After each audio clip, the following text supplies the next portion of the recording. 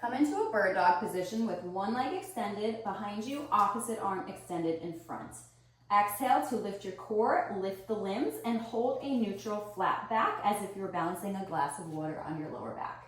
You're going to open each limb out to the side and then scoop it back to neutral. We are maintaining nice weight on our standing leg and standing arm. We are not twisting or arching.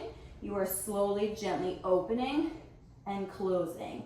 So your torso remains still as your limbs extend out to the side, back to the center.